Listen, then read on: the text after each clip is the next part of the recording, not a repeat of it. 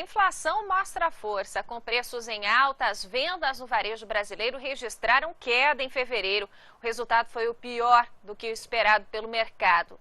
A queda foi de 0,4% na comparação com janeiro. Já em relação ao mesmo período do ano passado, o volume caiu 0,2%, segundo os dados do IBGE.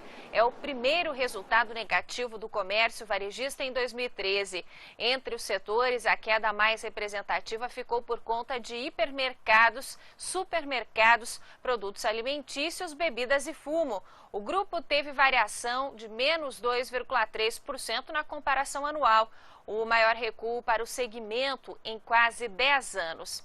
E ainda de acordo com o IBGE, apesar da queda no volume das vendas, a receita do varejo brasileiro cresceu nas duas comparações, 0,6% na mensal e 7,6% na anual.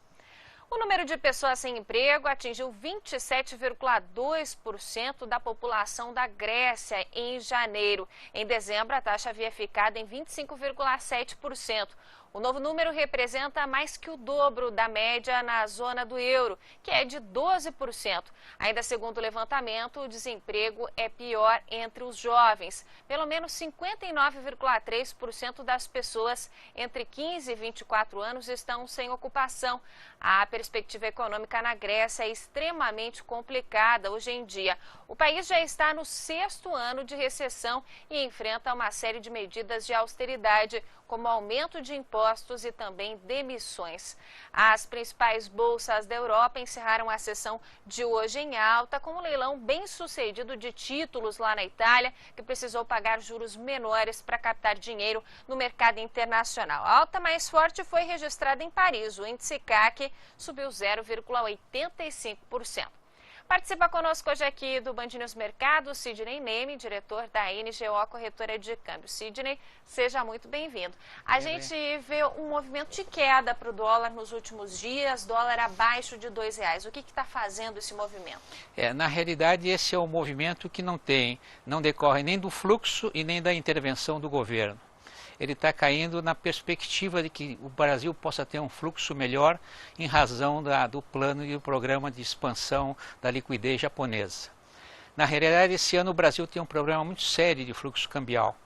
O ano passado, no primeiro trimestre, nós tivemos um saldo positivo de 18 bilhões e este ano tivemos um saldo negativo de 2 bilhões. São 20 bilhões de dólares a menos esse ano.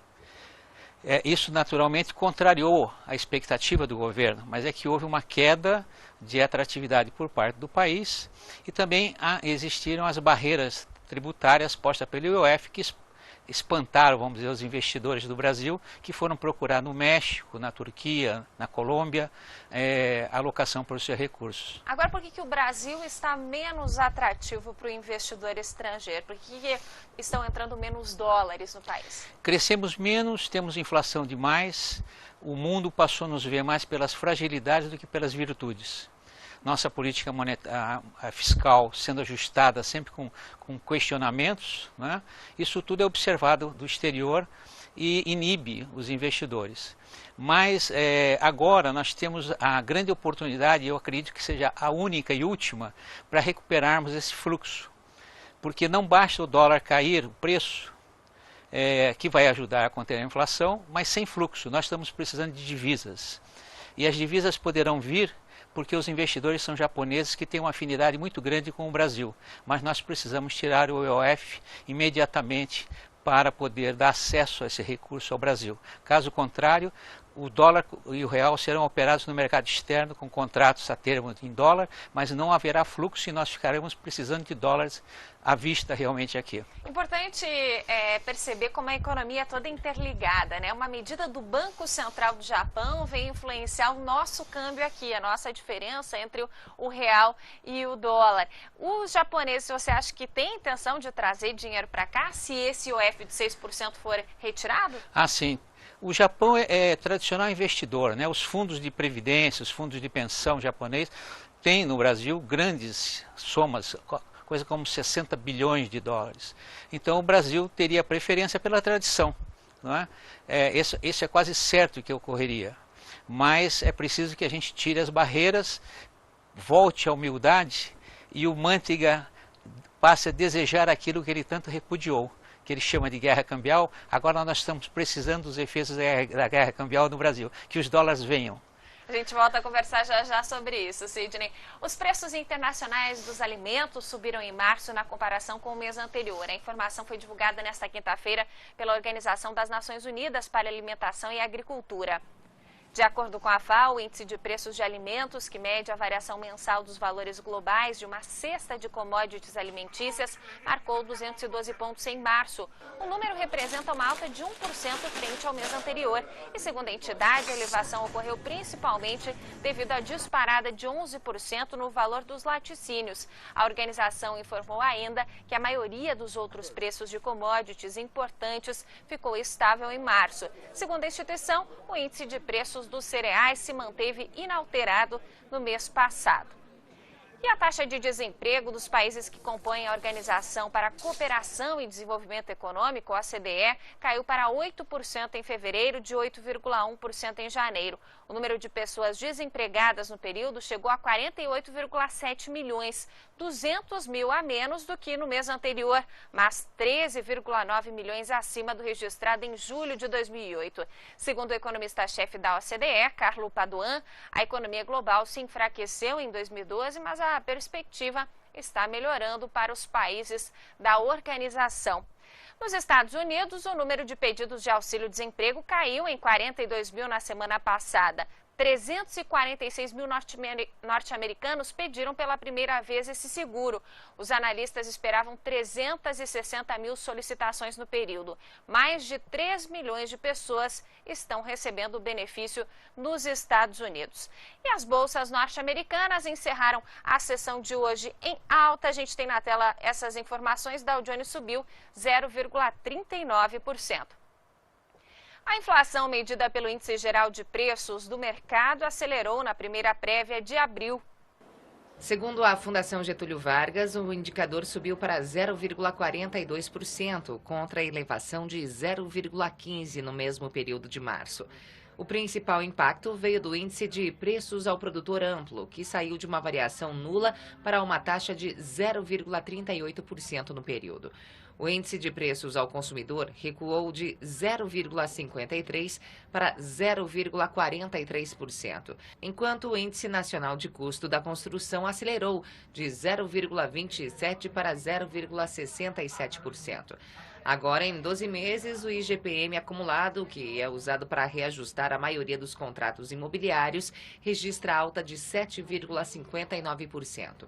No ano, a expansão é de 1,26%. Eu volto a conversar aqui no Band News Mercado com o Sidney Neme, diretor da NGO, corretora de câmbio.